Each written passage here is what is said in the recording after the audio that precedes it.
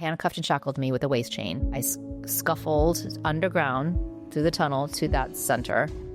The first night, I essentially cried myself to sleep. There's a tiny little slit in the window. I didn't even have a pillow that night. In that moment, I thought my life was over.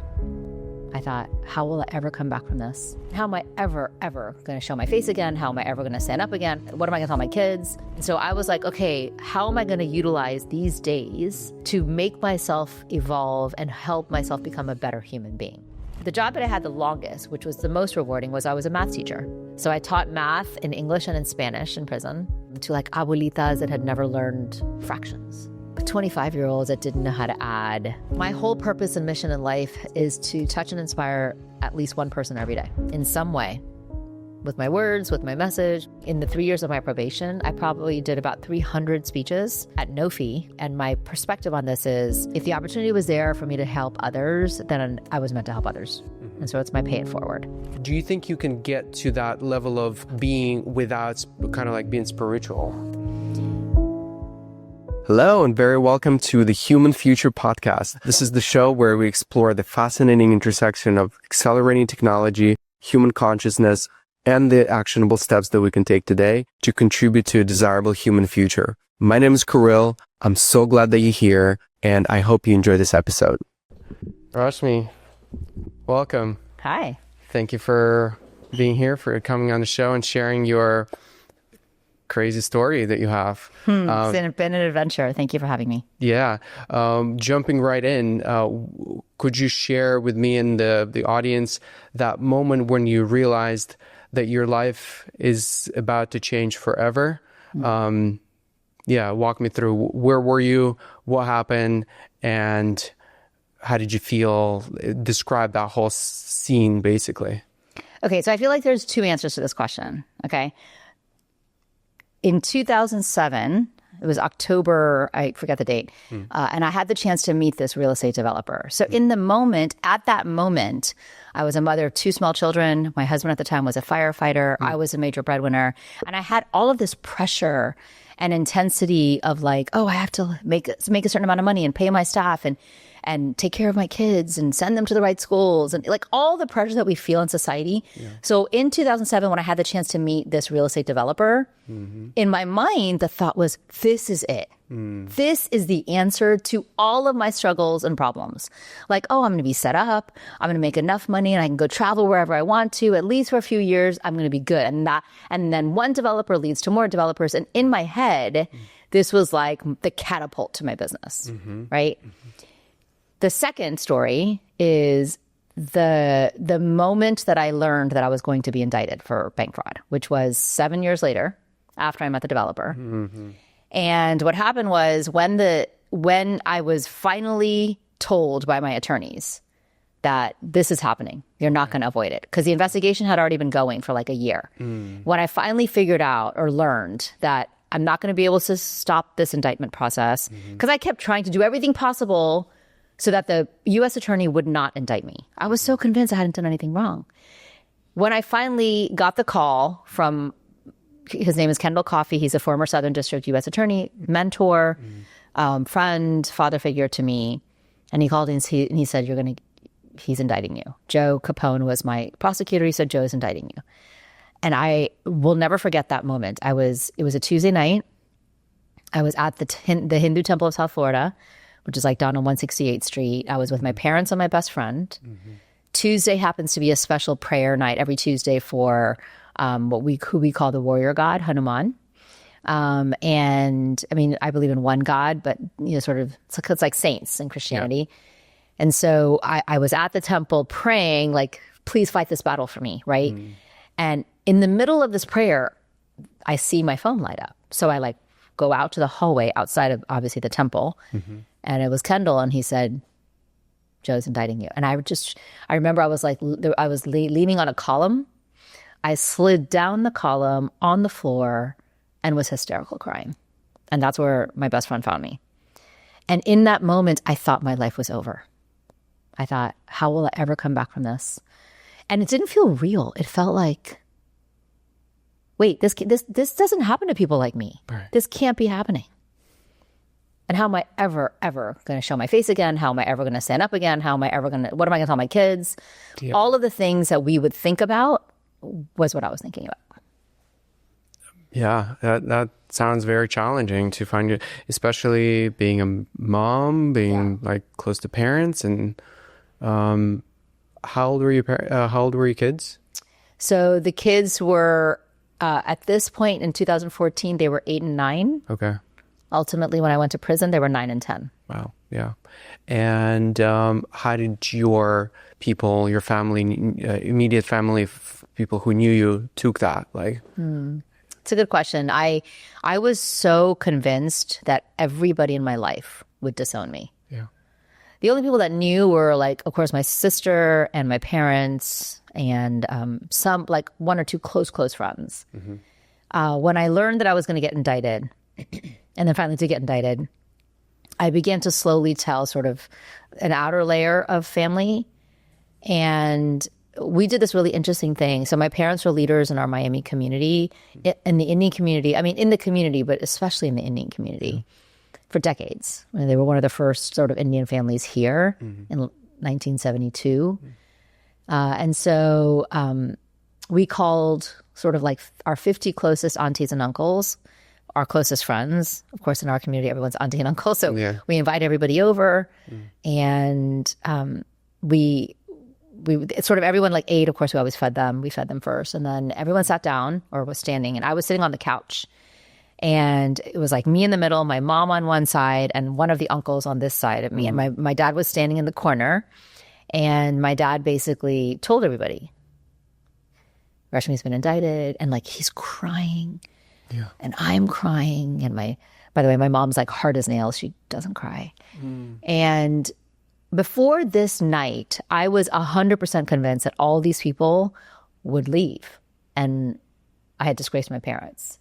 And they would want nothing to do with me because I had spent my whole life believing that the only reason people love me is because I'm this achiever and superstar and went to the best schools and got the best grades and won all the awards. And that was totally where all my self-worth and my self-value lied, was in success, what we define as success in our society.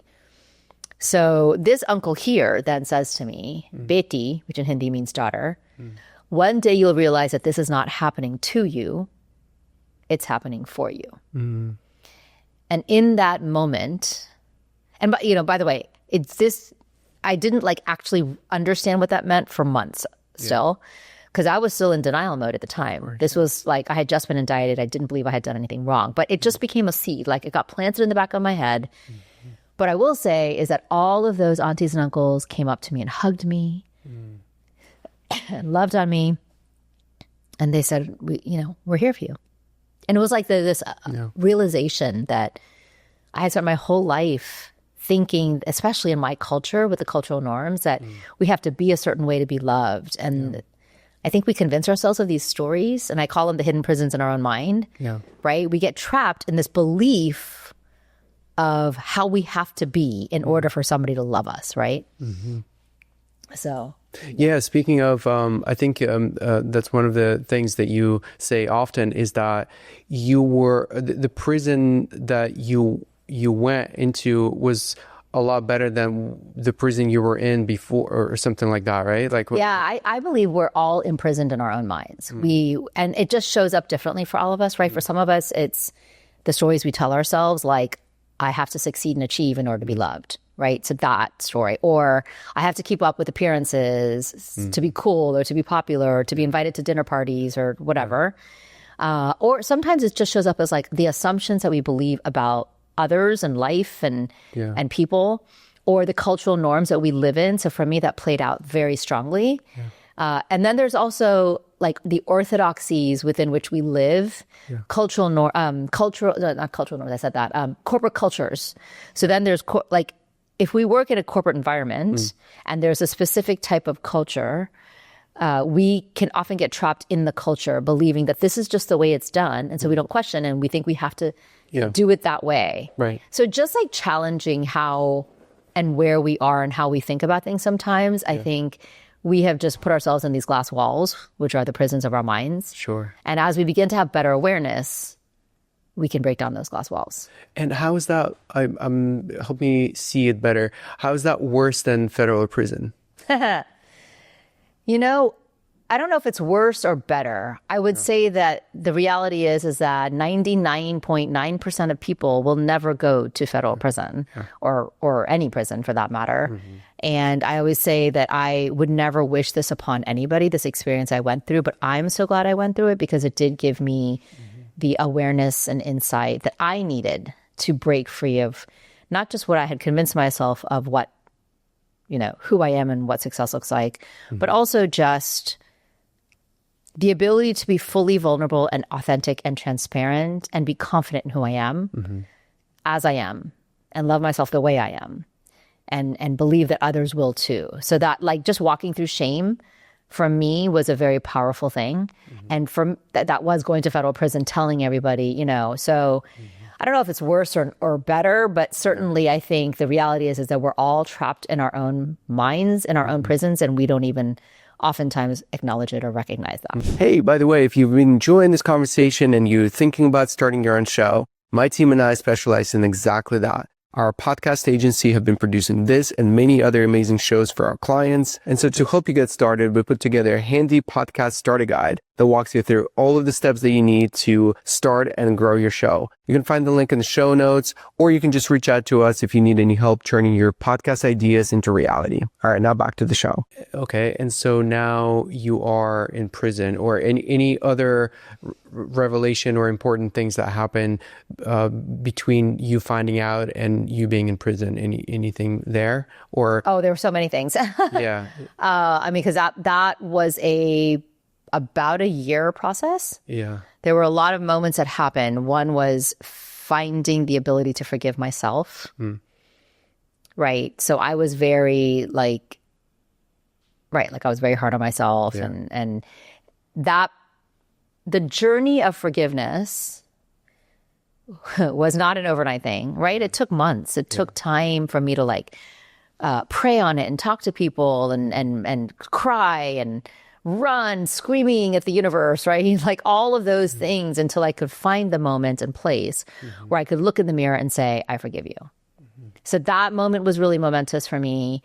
I also was very intentional about owning it and holding myself accountable and telling almost everybody in my life that really knew me. So I called almost 200 people, literally one by one, picked up the phone and called them and told them. And you know, I didn't want them to read about it. And I'm very involved in our community. I sit on a lot of boards and I know all the politicians and the managing partners of the law firms. And I just did not want any of them to not hear from me. Right, of course. Right. So I wanted them to recognize that I did this and I'd hear it from my own mouth. And so as I began to call people, again, when I was doing this, I was for sure convinced that they were just going to all hang up on me and they would want nothing to do with me. And instead what happened is the judge got almost 182 letters, almost 200 from these people who shared stories on how I had impacted them and influenced them and loved them and about my character and who I am as a human. And it was the realization that sometimes we influence and touch people and inspire people when we don't even realize it. So like one of my friends, I've known him since I was 11, talked about and shared a story about something that happened when we were 12 and shared it in his letter to the judge and how it impacted his life so much. And to date, we're still very good friends. Yeah. So that experience of calling people day after day, crying on the phone with them, trusting that they would stand by me was really a powerful process of healing for me. It was a recognition that people are very forgiving of our humanity when we give them a chance. I think we're very hard on ourselves and we believe others are very hard on us. And if we've learned nothing else from the last decade of what's gone on in the world, everyone is imperfect. We have all made bad choices, bad decisions. We wish we could go back and change. And it's, I believe, the universal truth that we are all human beings, fallible.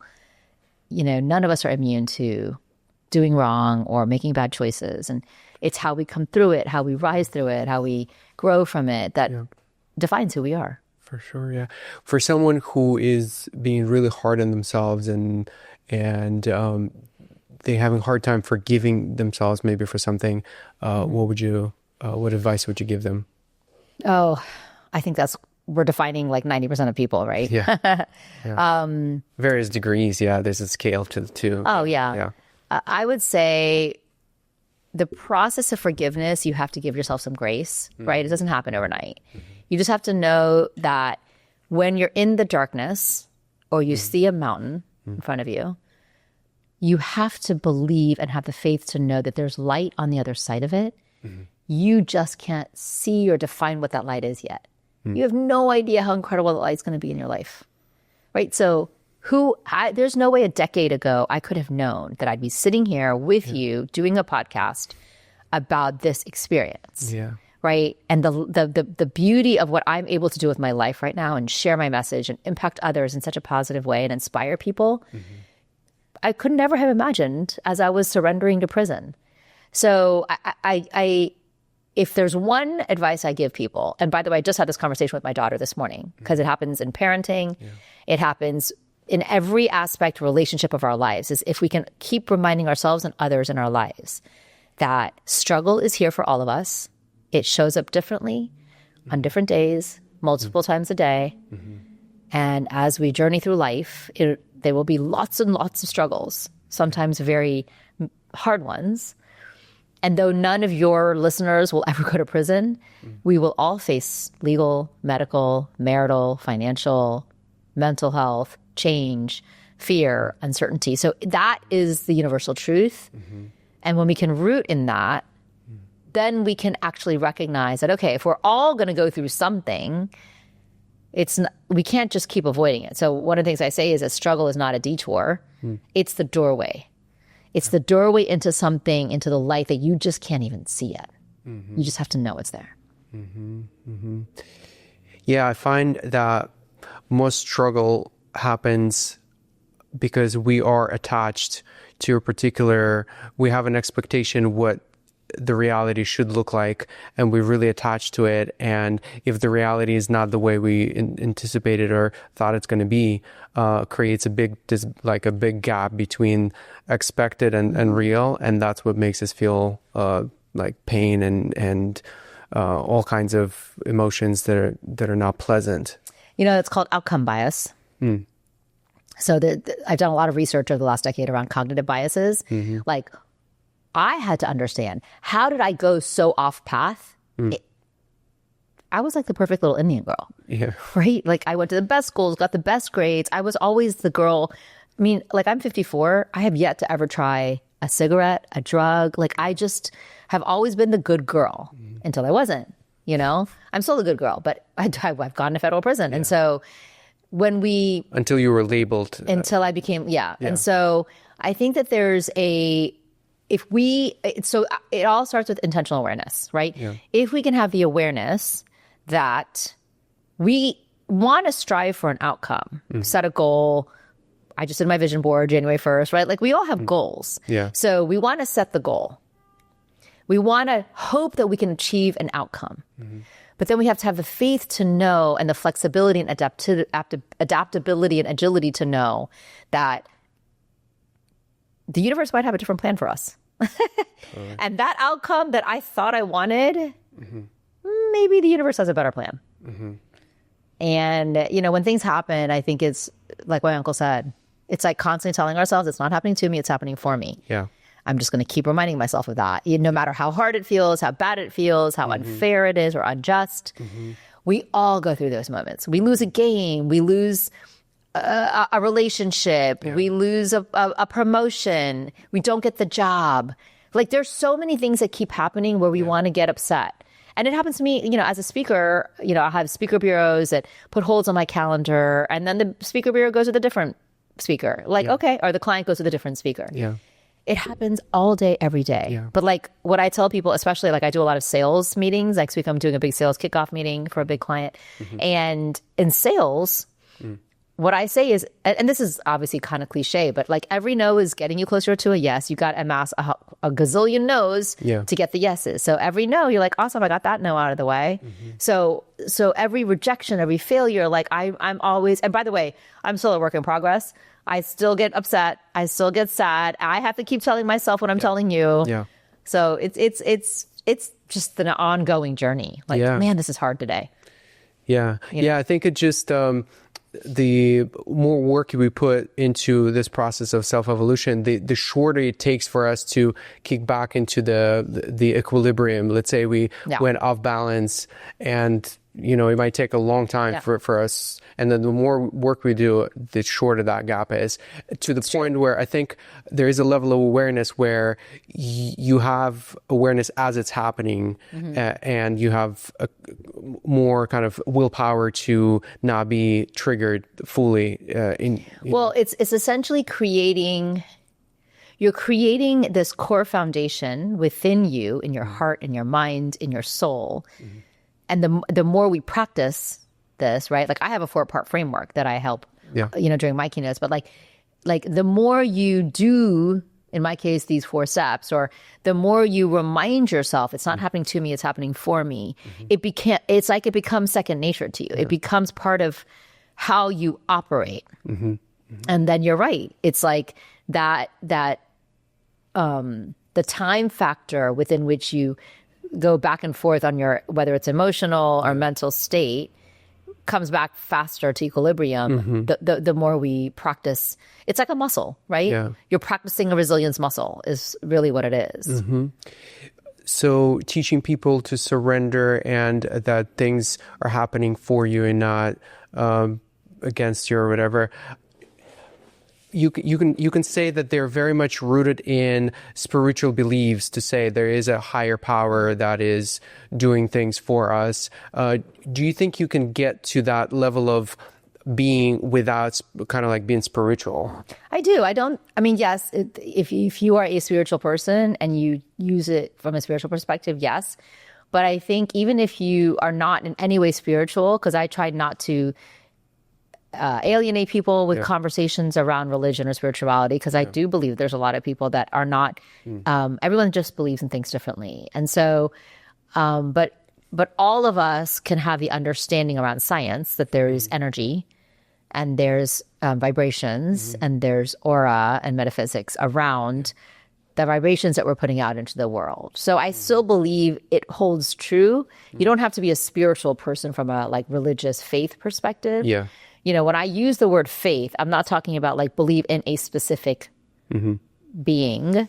I'm just when I say faith in yourself, that you're going to get through this. Like faith to know that no matter what, you're going to be okay. That's what I mean by faith. Like faith to believe, that belief in yourself.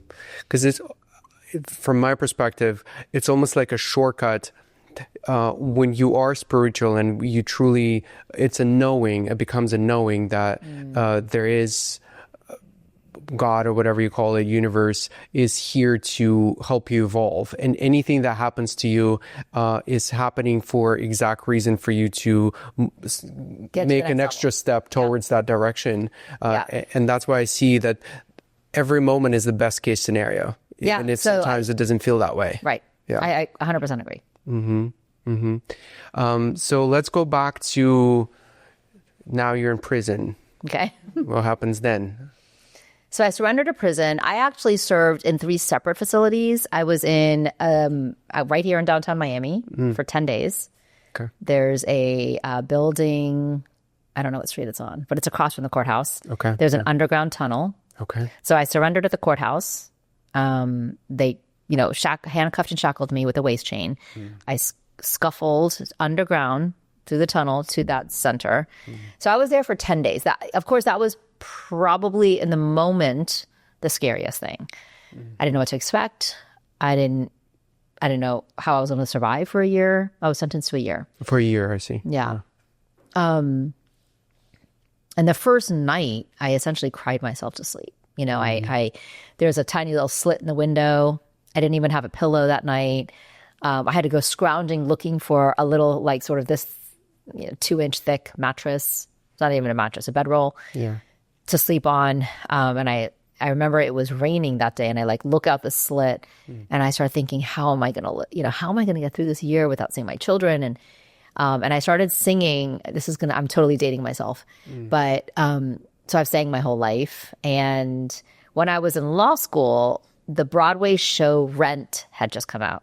Are you familiar with Rent? No. Yes, I'm dating myself. No, I didn't even grow up here, so Yeah. So Rent is it's essentially a Broadway. It's a show about the artistic and bohemian East Village community in New York, in and around the 80s when AIDS was there was no cure yet for AIDS. So there was like artists and whatever. Anyway, there was amazing songs. One of the songs is. The words are 525,600 minutes, 525,006.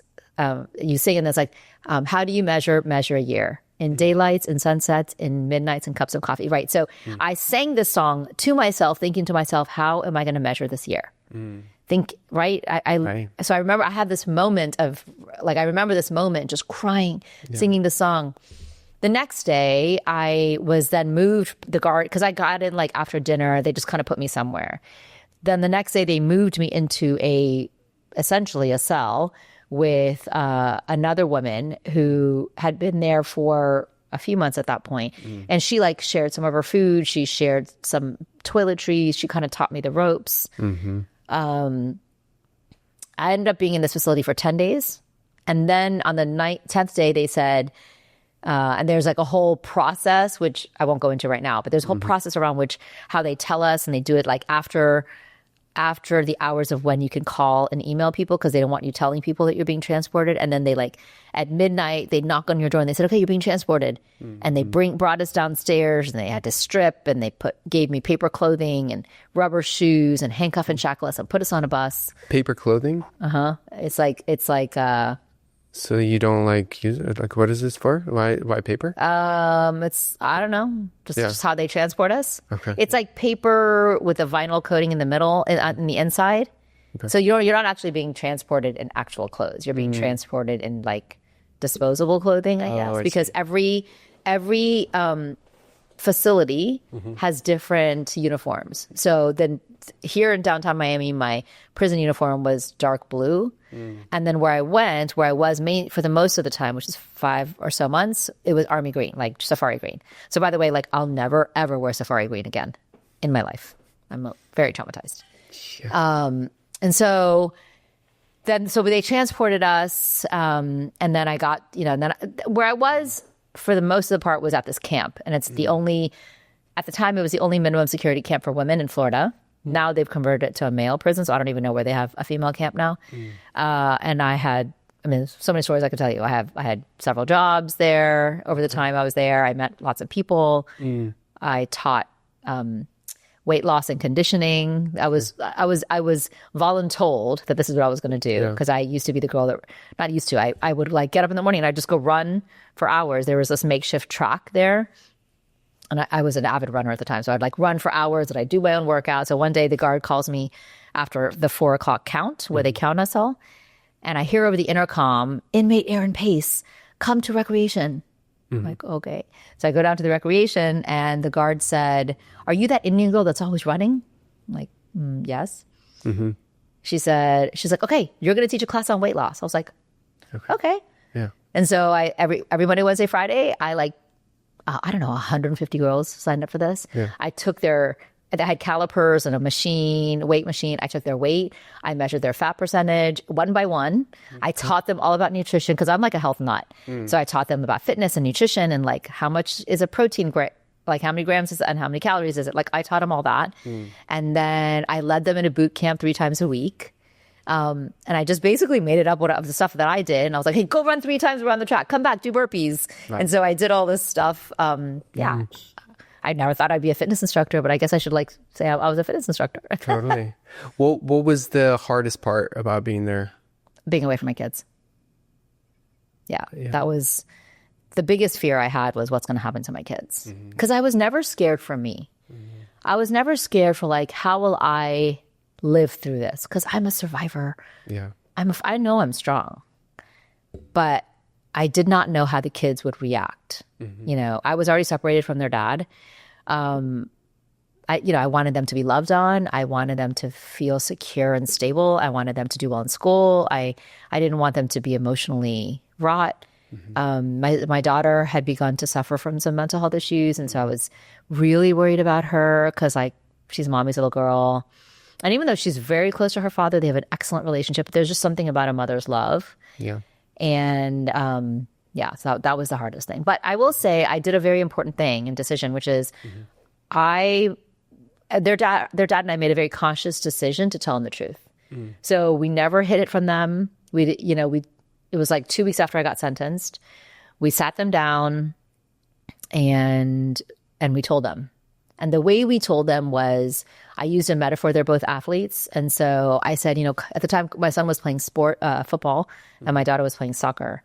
And I said, Kyler, if you're on the football field and the coach says, run a 7 and out, because he was, sometimes he would play tight end or whatever, safety, and not tight end, safety. He'll scream at me if I said tight end. And if you somehow weren't listening in the huddle and instead of a 7 and out, you ran a 5 and out, the coach is going to get mad because you missed the play and he might pull you out for a set of downs. And then I said, Maya, if you're on the soccer field and you get a penalty, you'll be out for a few minutes or whatever. I said, in real life, there are real life consequences. And mommy has made some bad choices and she did something and I'm going to be gone for a year. And I mean, it was probably one of the hardest things I've done, outside of surrendering and all that other stuff, or deciding to plead guilty. But Maya jumped into my lap and they were both crying. But I gave them 60 days to ask me questions because I didn't have to surrender for 60 days. It was at that point, it was 45 days. And then I traveled with them. A couple of weeks later, I was allowed to travel. So I took them up to Chapel Hill where I went to college. And I remember, and then we went hiking in the mountains. And I just remember randomly, they would ask me questions like, Mommy, what will you wear? Mommy, what will you eat? Mommy, can we come visit you? I think in a kid's mind, because remember, they're 9 and 10. Yeah. They just wanted to know that mommy is coming back and that I'll be safe. Yeah. And so I think that was an important choice because I was honest with them, they talked to their friends about it. Some of the people I called for those letters were their teachers and their friends' parents. So they never had to hide it from their parents. They never had to hide it from their friends. Yeah. And they could live in a very authentic space. And people would, so they got a lot of love from all these people. But they also, people would say, how's your mom doing? Yeah. When are you visiting your mom? So it was very much part of just open conversation. Good. And then they would come visit me because I had told them the truth. By the way, out of the, 480 women I was in prison with, half of them were lying to their kids. Yeah. So the kids, so they were alone. Their kids never came to visit them. I think that part of our journey in life is to really be transparent with people in our life. It means, transparency is such a big thing for me. And I started with my kids. Yeah. Did you have a moment where at the beginning you were hesitating, should I tell them, should I not? Or was it straight up? It was never a question. I was always going to tell them. Was it a question how are you going to do it? Or well, yeah. Yeah. What am I going to say? How am I going to say it? That was always and then ultimately Eric, their dad, and I just decided that giving them a sports metaphor made sense and something that they could understand and relate to. So that's what we did. Okay. And then maybe before you came out, what are the biggest lessons or experiences, biggest aha moments, transformation that happened throughout that journey for you, through that year of you being there? Or would you say most of the transformation happened after you came out? I think it started, I think it even started before I surrendered, right? I think it started as I began to call people and tell them because it was letting down the armor of perfection that I thought I had to be in my whole life. So in the process of telling our Indian community, in the process of me calling 200 people, that started the journey for me of basically transforming into somebody that I never thought I could be and be happier than I ever thought I could be because I live in this total state of freedom, right? Yeah. The freedom to be free in who I am truly with not hiding any of my bad stuff is really cool. Yeah. And no pun intended, but very freeing. And so so it started there, then like in forgiving myself, and then surrendering. When I surrendered, I as scared as I was, obviously, I did have a sense of peace because I had gotten to this point of recognizing this is not happening to me. It has to be happening for me. I just don't know what that is yet. And so when I was in prison, I used, this is kind of weird to say, but I used the days wisely. Now, I fully and freely understand that there are women that are there or have been there for 20 years, 5 years, 18 years. And I had the blessing of only having to be there for a year. In fact, I ended up only being there 6 months, and it's a whole story behind that. But so I knew I had this sort of finite period of time that I was forced to be there. And so I was like, okay, how am I going to utilize these days to make myself evolve and help myself become a better human being? So for me, that looked like every morning I still do this. Every morning I work out. Every morning I would work out, and it just looked differently at that point than it does now. And then I would make myself or go to the chow hall and try to eat something clean. We all had jobs, so I had different jobs. One of the job that I had the longest, which was the most rewarding, was I was a math teacher. So I taught math in English and in Spanish in prison to like abuelitas that had never learned fractions, right? 25-year-olds that didn't know how to add, like really interesting deficiencies, I think, in terms of learning. And remember, I have, at that point, a 9 and 10-year-old, I had just taught them all this stuff, like helped them with homework and stuff. So I knew how to teach it. And then I taught it in Spanish in the afternoons because I speak Spanish. But then in the interim, in between my job times, I would read. I read a ton. I had, the only thing you can get from the outside, which is what it's called, from friends and family, is people can send you obviously letters and postcards, magazines and books, pictures, but that's it. You can't get gifts or food or anything else.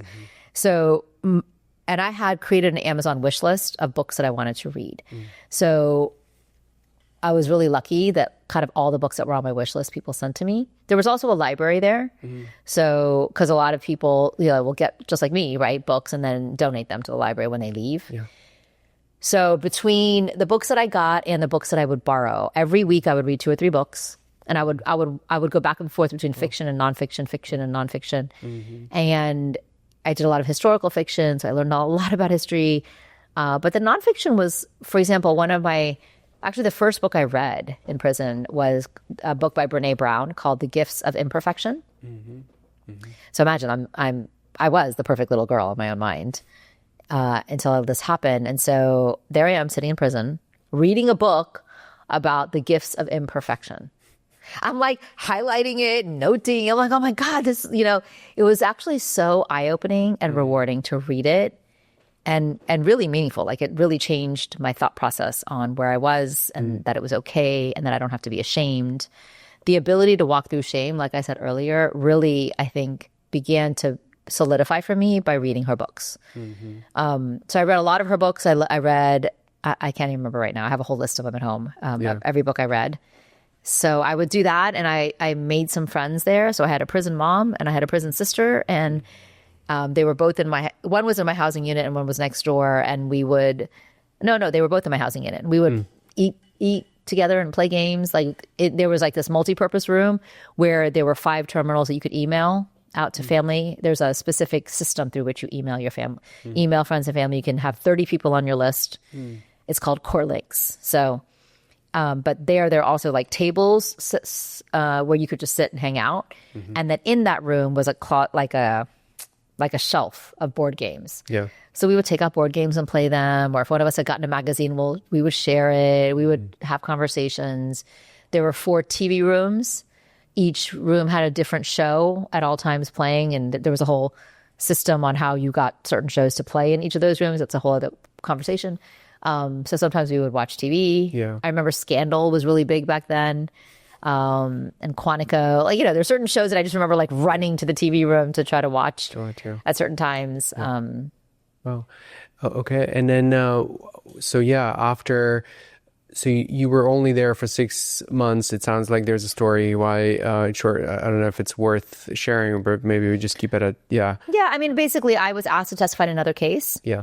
And the deal was if I testified in this other case, there was a chance I could come home early. The prosecutor would file something to see if the judge would let me. So the real reason why this is meaningful is that where I was asked to testify was in Tampa. And where the prison was an hour north of Orlando. And because I was asked to testify in this other case, they transported me and moved me, again, in handcuffs and shackles in a van, to a county jail because there's no federal prison in Tampa. So I told you I spent 10 days here. I spent most of my time in this camp, and I spent 23 days in a county jail in Pasco County, which is near Tampa. And that was a whole other horrible experience. Just horrible in the sense that, I mean, I never felt unsafe, but it was horrible in that the guards had a total power trip. The food was awful. They messed with our circadian rhythm and would wake us up at 2 a.m. for breakfast. Like, it was just a really, I mean, suffice it to say, I left there like 20 pounds lighter. And yeah, it taught me something else about humanity. So yeah, there's a longer story there, but so then I got sent back to the federal camp, and then 2 weeks later, there was a hearing, and then the judge let me come home early because I basically assisted in this other case. And on the first day when you came back, to describe that day for you. Oh, God. Yeah. So in that morning was the hearing, which was at 9:00, and my attorney had said, call at 10, and I'll tell you what the judge said. So in federal prison, the way you call is that there's like a wall of payphones. Like, most people don't even know what those are anymore. So I walked up to the payphone. You had to dial 100 numbers to get out. I called my attorney. The first thing he said was, "You're going home." Like, it was just this amazing elation of feeling. The next call I made was to my parents because they knew, of course, there was this hearing. And so I called my mom, and my mom answers, and I was like, "Mom, the judge says I can come home. Dad can leave now," because it was, 4.5, 5 hours away. So I was like, "Tell Dad he can leave. I have to like get a bunch of stuff signed here, but have him leave." Leave? What do you mean? To come pick me up, pick right? you up, yeah. Right? Because I was 5 hours away. Oh, yeah. So I'd leave because they were here in Miami. So they needed to leave to drive. Makes sense. And you know what my mom says? Dad left an hour ago. So like, he believed, and he just had that faith that it was going to happen. So anyway, but I told my mom, so it was a Friday, and the kids were leaving Saturday morning to drive up to see me, to visit me that weekend. It was visitation weekend. So I said to my mom, "Don't tell the kids. I want to surprise them." So Dad arrives. I come home. I get home at like 8 at night. And in the Indian community, you do this worship thing outside of, like if somebody arrives after a journey or somebody new comes to the house, you do a little worship. So my mom does this little worship outside. Oh, one thing, my mom had sent me my own clothes so I could like throw away the prison clothes that I left in. So I changed into my clothes, and I walk into the house, and I can't even describe the elation of my kids. Like, I surprised my kids, and they like ran up to me, and they wouldn't let go. And it was very emotional. Yeah, it was really emotional. That was my first day. Totally, yeah. And at what point you knew what you're going to be doing after this new, like, once this... I didn't. Yeah. I didn't for a while, honestly. Yeah. Like, well, for the first, like, few weeks, I really just needed to debrief and be with my kids and be a mother. And, it happened to be, like, my son had the county spelling bee a couple weeks later. Like, there was so much happening. He was about to graduate from elementary school or lower school, whatever. And so I just full-fledged became their mom again. I mean, not that I stopped, but went into mom duties. But my attorney and friends started saying to me, "You should really share your story. Like, the way you've gone through this, the way you've dealt with it with like such peace and strength is really, really incredible. And I think people could learn from you." I was like, "Really? Okay."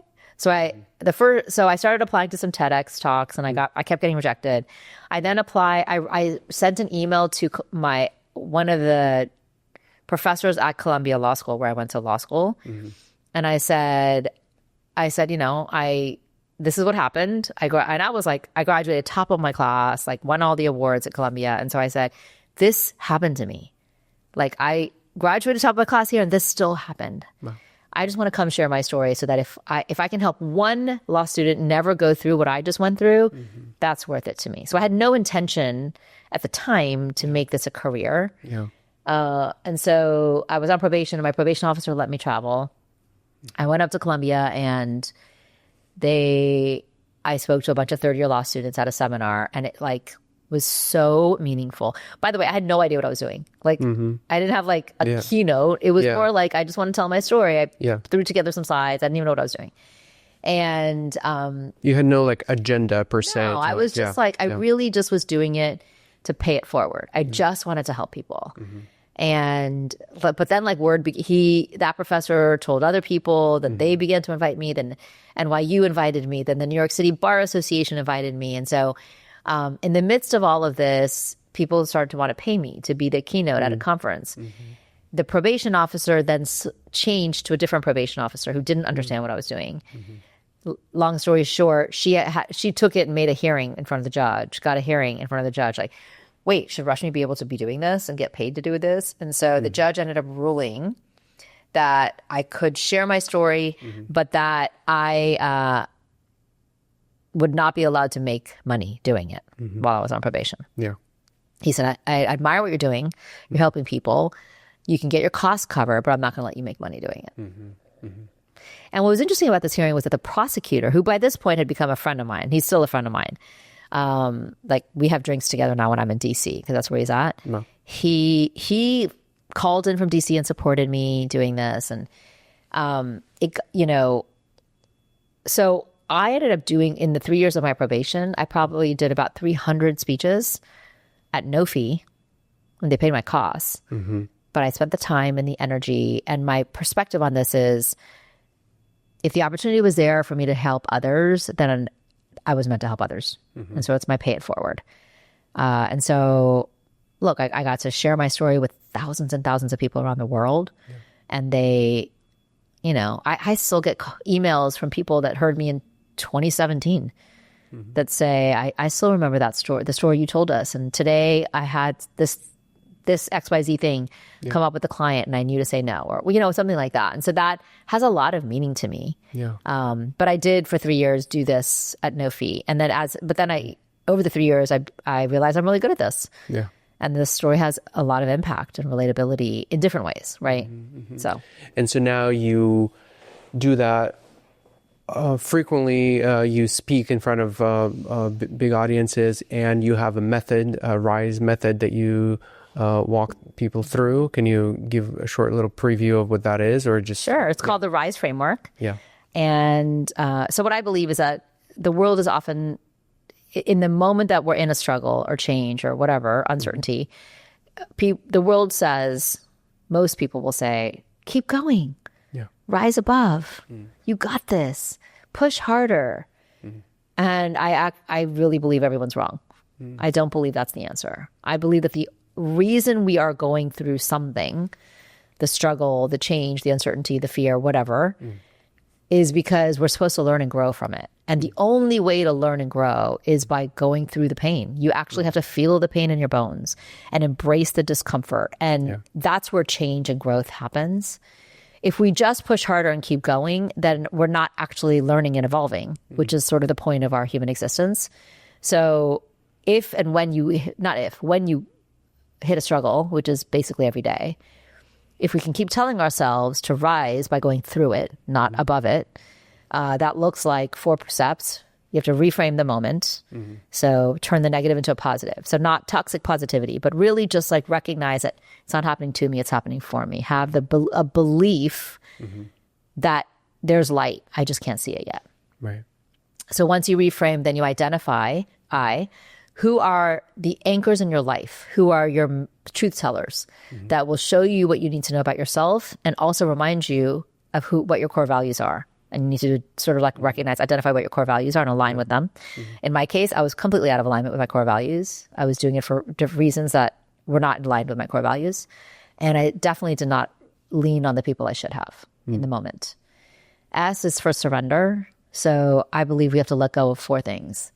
Ego, because ego is a trap. Fear, control. We think we have to control the outcome, let's say, or people. And we really don't have any control. So when we can let go of control, and then finally judgment, which is judgment of ourselves, because we all pass judgment on ourselves, and then judgment of others. In letting go of those four things, that's where power arrives. Once you've let go and gotten your power, then is when you evolve. And evolution just shows up in different ways. It takes time. I'm evolving still every day. When I was going through this, there were 3 specific things I did to evolve, which was gratitude, being present, like actually being where my feet are, and finding joy. I had spent so much of my life achieving and working and doing and being the perfect girl and the one that people loved because I was this superstar. And I missed out on so much joy as a high school kid, as a college kid, as a young 20-something-year-old. Like, I just denied myself so much joy. And I look back and I'm like, why? So I have a 20 and a 21-year-old, and I tell them both, like, have fun. Like, whatever you choose to do in your life, make sure you're having fun doing it. Because otherwise, why are you doing it? Yeah. To your point about control, that we have no control of this life, I think there's one thing that we do have probably the only control around, and it is your reaction to whatever 100%. Happens to you. Yes. So that's the point, right? You can't control. You can only control your response. Your response to what's happening, and the knowing that you're going to grow through it. And that's what we can control. It's the response, reaction, all of that. So what's your awareness now around why are you here? Where on earth? What do you... Oh, yeah. So my whole purpose and mission in life is to touch and inspire at least one person every day. In some way. With my words, with my message, with my smile, with my videos, like, something every day. What is your vision of a desirable human future? I think we're living in a state where there's a lot of fear and anxiety around technology and what that's going to do in our lives, whether it's social media, AI, people are scared for their jobs.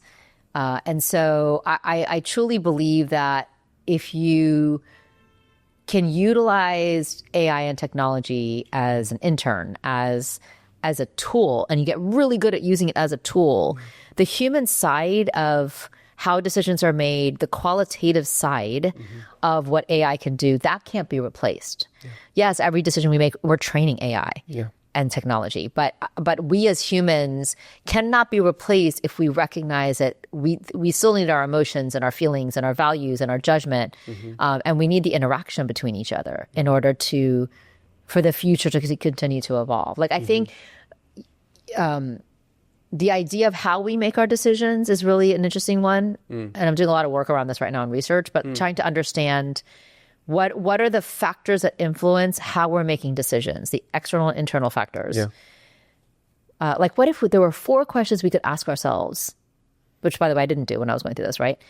What if I had 4 questions to ask myself before every decision to filter what the decision was going to be, and then make an intentional choice, not just a choice out of convenience or because I'm running out of time or just to make money, but really like an intentional choice. And it's not like you're supposed to spend an hour doing this. It should come like sort of second nature when you begin to learn it. But I think as we what are the 4 questions? Oh gosh. Or so like I'm still approximation of it. The 4 questions are like, why are you making this decision? Like, what's the purpose of the decision? Can you own the decision? What are the consequences of the decision? And I forget the last one. Sure. I'm like literally in the middle of working on this research right now.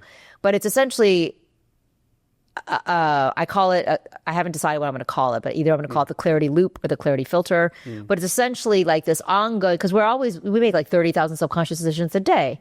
So what if we had this way of making decisions constantly that helps us sift out the bad stuff and really hone in on like the right decision? But the point the reason I bring this up is, as we as humans begin to make better decisions and engage in leadership that allows for better decisions and recognizing all the factors that allow us to make the choices we make, we are training technology that we're working with. Because AI and technology is just learning from us, right? And so, I mean, by the way, I'm not an AI expert, so I will. Anybody that's listening, I am not claiming to be an AI expert. I'm just giving you my slant on how AI is affected by the decisions that we make. Totally. And I do think we're training AI the more we keep going. So I mean, I think the future looks like humans intelligently being able to use AI and technology in a way that makes us more efficient and adaptable and effective. But I don't think it'll replace us. That's what I believe. Yeah, interesting. I think you are right that technology does help us to become more efficient and being able to control reality in a more like granular, sophisticated way. But I think that also leads potentially to more presence and more humanness. It's a little bit counterintuitive because you can basically go the route and say we're just going to become more and more robots because we're just going to control everything more and more with our technology.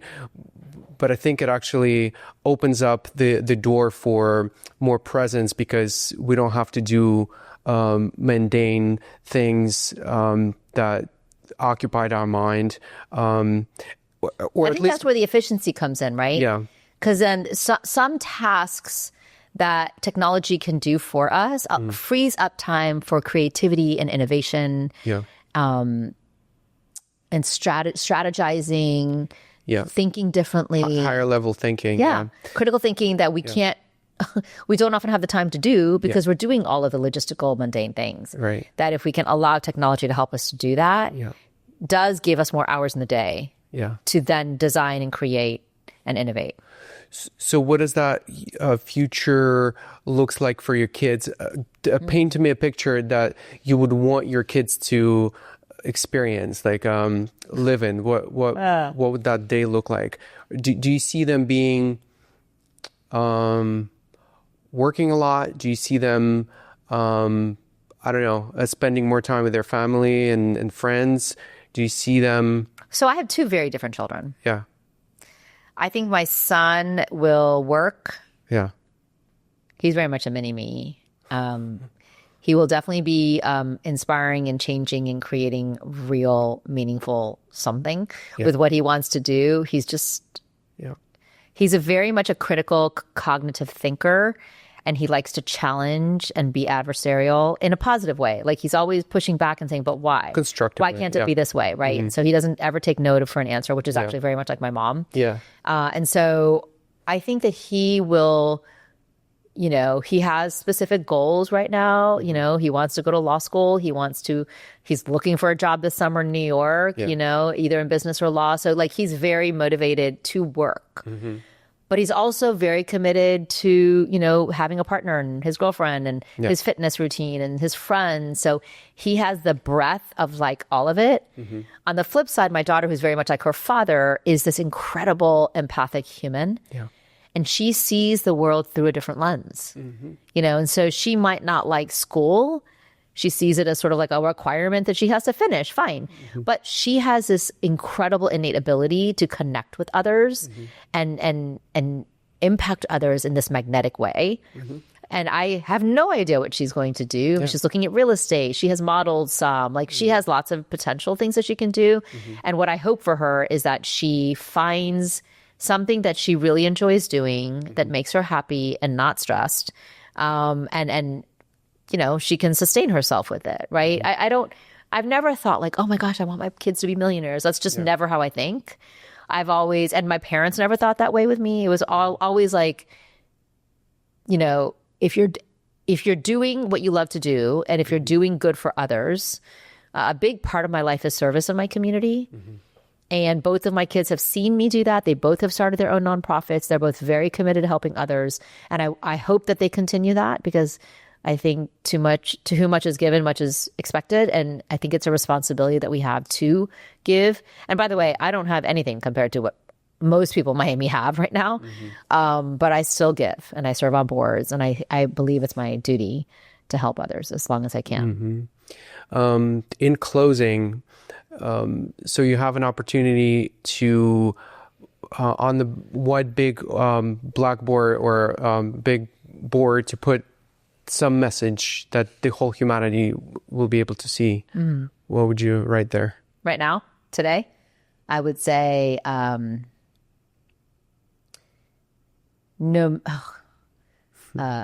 believe that you can rise through it. Believe that you can rise through anything. Amazing. Thank you. Yeah, thank you. Yeah, it's beautiful. Any last thoughts or anything that you want the audience to hear? Maybe how to support you, how to find you. Yeah, sure. How to work with you. Yeah, that's great. So first, the big thing that I have coming up is that I'm launching my book. Amazing. It's called All Rise, A Lawyer's Evolution from Prison to Purpose. It launches May 19, so look out for it. It'll definitely be all over Amazon and my website.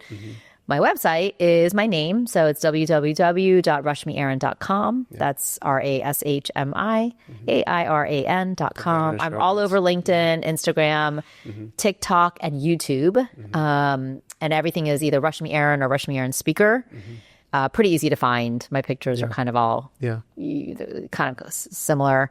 And then, it's funny. I just had somebody this morning say, well, when are you going to do something in Miami? We want to come see it. So it's rare that I do an event in Miami. First of all, let's just start with that. Like there are events. I'm sure that it'll happen more and more, but I am considering hosting an event in the fall, maybe, or in coinciding with my book launch, where I invite some people and I actually do like my full keynote and then launch my book. So there's a potential for that sometime in June, May, June. We'll see.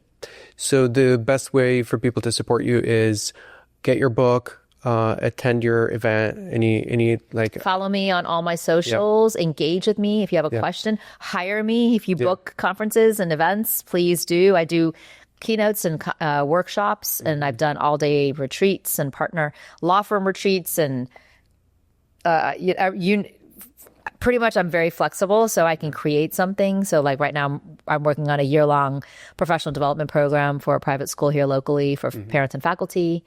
I've worked with collegiate athletic teams. I've worked with consulting companies. I've worked with hospitality entities. So yeah, franchises. Like I've worked with so many different healthcare, real estate, banking. I've worked with many, many different industries. Amazing. So yeah. Yeah, we'll put all of your website information in the show notes so people can easily access that. Cool. All right. Thank you, Rashmi, again. Thanks, that was fun. Thank you, listeners, for sticking around until the end, at least those who have. And I'll see you on the next one. Thanks. All right, thank you.